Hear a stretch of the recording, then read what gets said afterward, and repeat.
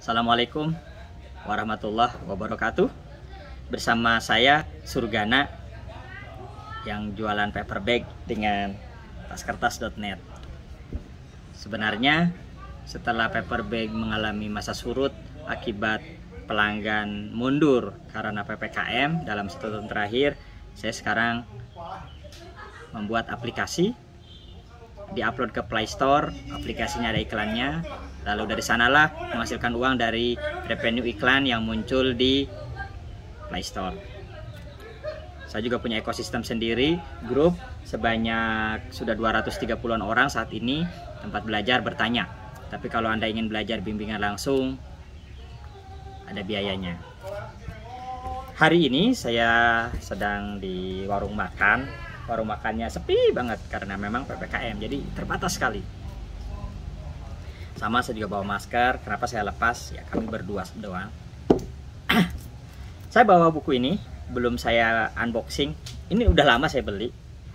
Kenapa saya beli buku ini? Ya karena ini Mas Richard Thaler ini pemenang Nobel Ekonomi. Ada buku dia yang khusus namanya Misbehaving. Ya saya sedang baca itu juga. Sementara yang menunggu sambil baca dan sambil makan seperti ini, biasanya saya bawa buku. Buku ini tadi saya sambar dari rak dan saya buka sekarang ya. Aduh, notes ini dorongan artinya memperbaiki keputusan tentang kesehatan, kekayaan, dan kebahagiaan. Hidup itu dalam kehidupan kita sehari-hari selalu sama, berhadapan pada proses tanya jawab, memutuskan sesuatu. Saya cerita sedikit. Tadi kami baru selesai ngobrol, rencana Neng Aan mau membeli sesuatu. Nah, tehnya datang, makasih Mas. Beli rumah kos ceritanya. Kenapa lokasinya di sana? Kenapa kita mau beli yang itu? Lalu kami juga punya harga yang kami pilih. Itu semua berkait erat dengan behavior, kebiasaan kami, saya dan istri saya secara psikologis. Kami punya sesuatu yang mau tidak mau selalu terbawa dalam proses bernegosiasi, dalam proses mengambil keputusan. Kadang angka-angka sedikit saja bisa jadi gagal itu negosiasi. Kadang karena hanya faktor tata letak saja bisa gagal sebuah negosiasi. Itu semua terjadi karena faktor behavior kita, behavior saya dalam hal ini sama istri saya. Apakah itu akan jadi atau tidak jadi saya tidak tahu. Angka sudah diajukan, tinggal mereka memutuskan. Meskipun mereka sudah ngotot di angka yang mereka sudah tawarkan sejak awal, tidak mau turun sama sekali. Rada aneh sebenarnya, tapi nggak apa-apa dalam proses negosiasi seperti itu. Nah, keputusan saya sama istri saya untuk mengambil lokasi tadi dengan harga yang kami patok adalah sudah melalui sebuah proses keputusan tentang bagaimana di masa depan dari lokasi itu, keyakinan kami seperti apa, berkaitan erat dengan kekayaan yang akan kami keluarkan untuk membayarnya, berkaitan erat dengan kebahagiaan ketika kami memilikinya. Seluruh proses itu sudah diputuskan dengan bersedia membayar di angka tertentu. Nah, bagi sales atau penjual yang cukup memahami buying behavior calon pelanggannya, mungkin mereka akan bersedia melakukan negosiasi-negosiasi tertentu dan akan bersedia menurunkan harganya. Karena angka yang disebutkan sebenarnya sudah mendapatkan keuntungan yang luar biasa bagi mereka. Jadi, bagaimana seorang konsumen bisa berpindah begitu saja ke toko lain, itu biasanya hanya karena dipengaruhi oleh kebiasaan si konsumen. Nah, itu diteliti dengan cukup bagus oleh Richard Thaler di sini.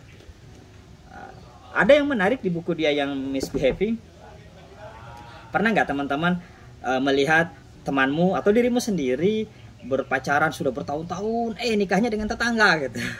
Nah, itu bentuk salah satu model behaving apa behaving ya, lupa kakak judulnya bukunya. Misbehaving. Jadi tiap hari liatin Mercy misalnya, yang beli Honda. Nah, itu contoh-contoh misbehaving. Atau si sales Mercy sudah sering banget men-entertain agar jadi beli Mercy-nya, yang dibeli malah BMW. Nah, itu ada penelitiannya dan sangat bagus. Anda bisa membacanya di Misbehaving.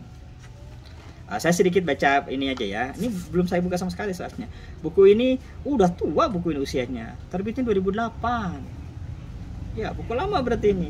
Sementara dicetak oleh Gramedia tahun 2020, 2021 ini cetakan kedua. Jangan-jangan saya meleng, buku ini mungkin sudah lama ada, baru saya beli sekarang. manusia dan ekon.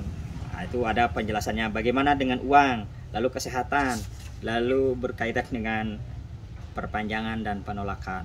Saya lebih tertarik di bab yang terakhir, yang bab 4. Nanti lebih rinci tentang buku ini akan saya ceritakan. Nah, dari buku ini saya akan bercerita hal yang lain yang berkaitan dengan perilaku konsumen, tapi bukan dalam bentuk jual beli, tapi dalam bentuk menginstal aplikasi di Play Store. Ini penting bagi teman-teman di grup saya dan Anda yang membuat aplikasi untuk hasilkan uang. Salah satu faktor seseorang mau menginstal sebuah aplikasi adalah karena aplikasi itu ringan. Nah, ini catatan besar. Bagi Anda yang mampu membuat aplikasi dengan bobot install kecil, itu akan punya nilai lebih untuk diinstal oleh lebih banyak orang.